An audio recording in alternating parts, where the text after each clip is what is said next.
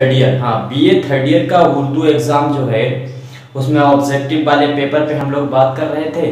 और ऑब्जेक्टिव वाले पेपर में क्या बात कर रहे थे कि कसीदे से मुताल्लिक जो सवालात ऑब्जेक्टिव आएंगे वो हमने आपके सामने बता दिए थे। अब इसके बाद में बात करनी है मरसिया। मरसिया से मुताल्लिक जो सवालात आने हैं ऑब्जेक्टिव पेपर में, उन पे जो ख़ास सवालात हैं सिर्फ उन्हीं पे बात करेंगे। बाकी जो सवालात हैं सारे क्वेश्चन दिख जाएंगे और वहाँ से आप नोट कर सकते हैं। और जो आपको मालूम है उसको छोड़ दीजिए, जो नहीं मालूम है उनको ही नोट करना है। तो समझ गए बात को। और बाकी जितने भी स्टूडेंट आते हैं कॉलेज में उनको शेयर कर देना है, बाकी अपने कॉलेज के ग्रुप में इसको शेयर करना है वीडियो को, ठीक। तो अब ये क्वेश्चन आप नोट कर लीजिए। तो मरसिया उस नज़्म को कहते हैं जिसमें किसी मरने वाले की तारीफ़ या आला कारनामों को याद किया जाता है और उसको सुनकर रंजो अलम होता है और रोना आता है, उसको मरसिया कहते हैं। कहने का मतलब ऐसी नज़्म जिसमें शायर किसी भी मरने वाले की तारीफ़, उसके कारनामों को बयान करे और सुनने वाले को रंजो अलम हो, उस पर रोना आ जाए, तो ऐसी नज़्म को जो है वो मरसिया कहते हैं। इसके बाद में मरसिया के बारे में समझते हैं।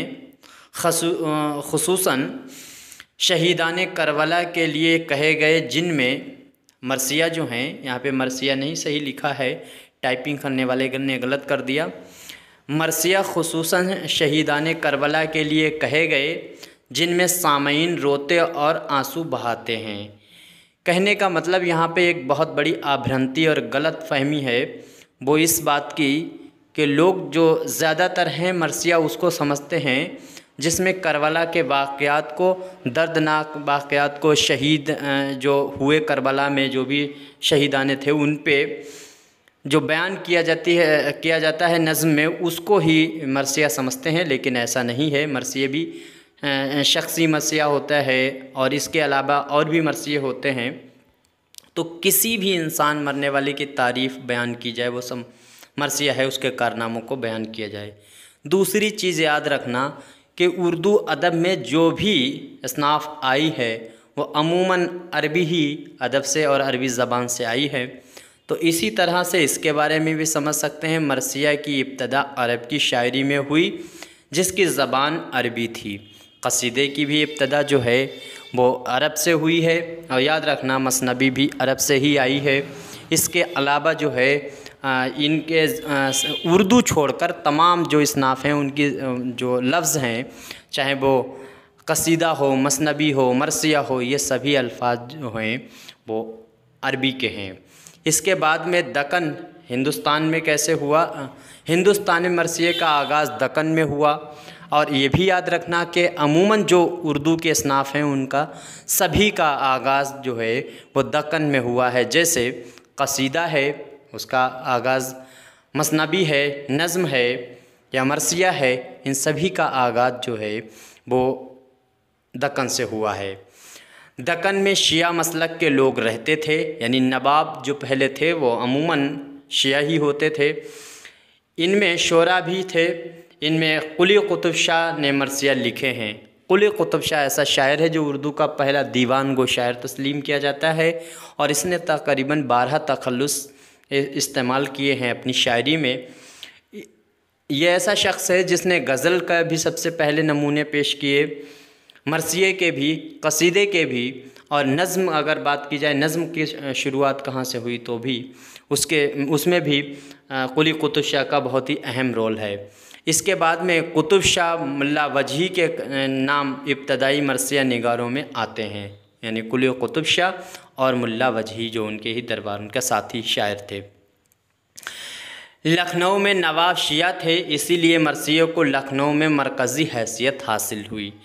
याद रखना दक्कन में जो है वो मरकज़ी हैसियत हासिल है जिस शहर को, उसका नाम हैदराबाद है, और शुमाली हिंद में जिस शहर को मरकज़ी शहर की हैसियत हासिल है मरसिया में, उसका नाम लखनऊ है। इसके बाद में आगे देखते हैं। और मीर ज़मीर ने मरसिया को अदब से जोड़ा। मीर ज़मीर कौन है?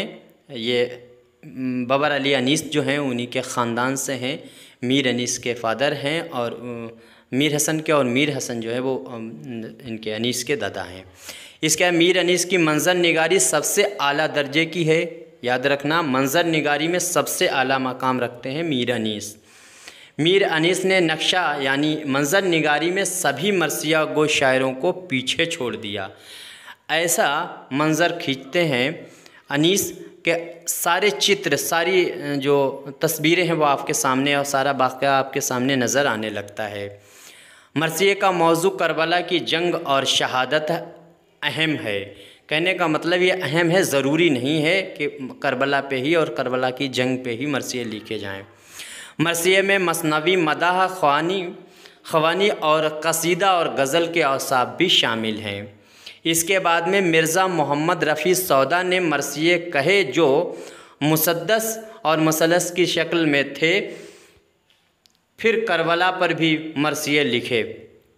कहने का मतलब जो कसीदा गो शायर हैं, उर्दू के सबसे कामयाब कसीदा गो शायर माने जाते हैं मिर्ज़ा मोहम्मद रफ़ी सौदा। इन्होंने भी मरसिए लिखे हैं और तकरीबन 91 मरसिए इन्होंने लिखे हैं। और ये कैसे मरसिए? सभी इन्होंने मुसद्दस या फिर मसलस की शक्ल में लिखे हैं और इन्होंने करबला के भी बयान पे मरसिए लिखे हैं।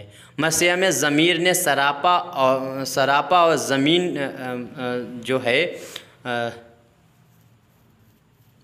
सरापा है इस और बीन है। इसके बाद में शहादत वगैरह जो है, जो अजाए तरकीब हैं, इनको किसने मुकर्रर किया था? तो उसका नाम है मीर ज़मीर। याद रखना मीर ज़मीर जो हैं, और एक चीज़ याद रखना, मीर ज़मीर जो हैं वो उस्ताद भी हैं किसके? मीर दबीर के। मीर दबीर की पैदाइश जो है वो 1803 में हुई थी।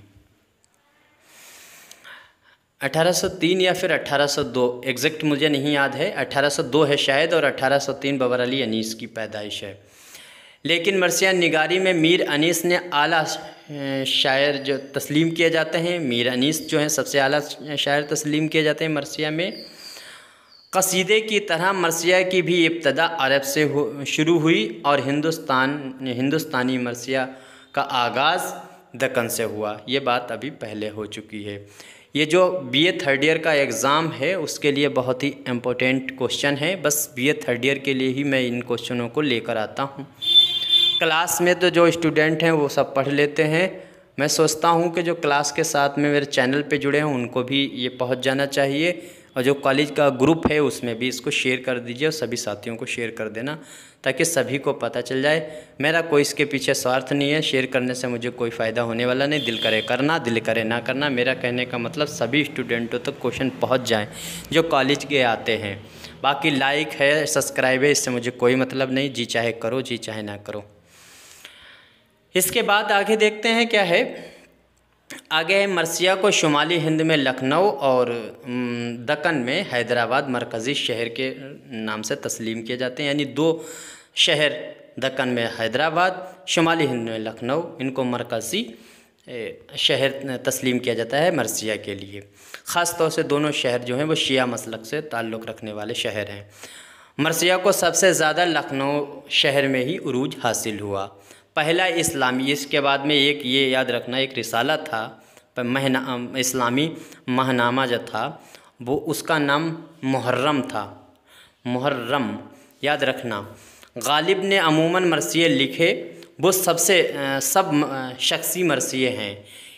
गालिब ने जो मरसिए लिखे जैसे ज़ैनुल आबदीन पे लिखे हैं, जो इन्होंने अपने भांजे के बच्चों को पाला हुआ था, उनकी भी मौत हो गई थी जवानी में, आबिद वगैरह की, तो उन पे जो मरसिए लिखे हैं वो सब शख्सी मरसिए हैं। गालिब ने मरसिए लिखे हैं, लेकिन ये कई बार पूछा गया गालिब के कैसे मरसिए हैं। इसके बाद में चकबस्त हैं, जोश मलिहाबादी हैं, अल्लामा इक़बाल हैं, इन्होंने भी मरसिए लिखे हैं, लेकिन इन्होंने सभी ने जो हैं वह शख्सी मरसिए लिखे हैं। मरसिए में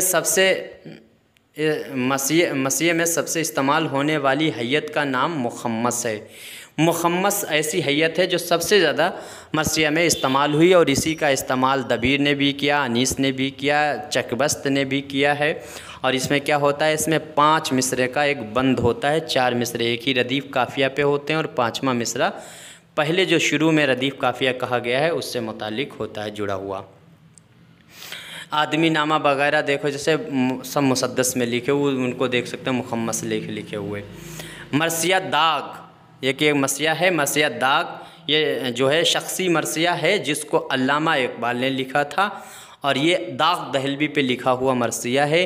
उसकी वजह है कि दाग दहलवी जो है वह अल्लामा इकबाल के पहले डाक इस्लाह शायर थे। गालिब इकबाल जो थे वो गज़लें लिखते थे या नज़्म लिखते थे, और उसकी इस्लाह लेने के लिए वो लेटर लिखकर, ख़त लिखकर डाक से डालकर पहुंचा देते थे दाग दहलवी के पास, और दाग दहलवी भी ख़त को रिप्लाई कर देते थे, और इस तरह से ख़त के ज़रिए जो सिलसिला चलता था, ऐसे इस्लाह लेते थे इकबाल। तो इकबाल के पहले उस्ताद जो हैं वो दाग दहलवी हैं, कई बार पूछा गया है। हालांकि मीर हसन भी इनके उस्ताद हैं, इसको भी याद रखना, लेकिन दाग दहलवी पहले उस्ताद हैं, और साथ ही साथ में ये डाक इस्लाह लेते थे इनसे, ये बहुत ज़रूरी याद रखना, कई बार इसको पूछा गया है। मरसिए के अज्जाए तरकीबी सबसे पहले मीर ज़मीर ने मुकर्रर किए हैं, ये बात मैं ऊपर बयान कर चुका हूँ। उम्मीद करता हूँ सारे क्वेश्चन समझ में आ गए होंगे, इनको नोट कर लीजिएगा, और फिर अगली वीडियो में अभी इसी का सिलसिला मैं पूरी कोशिश करूँगा सारे ऑब्जेक्टिव कंप्लीट करने की। अगर 90+ आप ऑब्जेक्टिव सही कर देते हैं तो उम्मीद है फिर परसेंटेज बहुत अच्छी आएगी। पिछली साल की तरह सभी बच्चों के उर्दू में 98-97% नंबर आए थे, वैसे ही मैं फिर चाहता हूँ एक बार वो ही इतिहास दोहराया जाए। ठीक है, खुदा हाफिज़।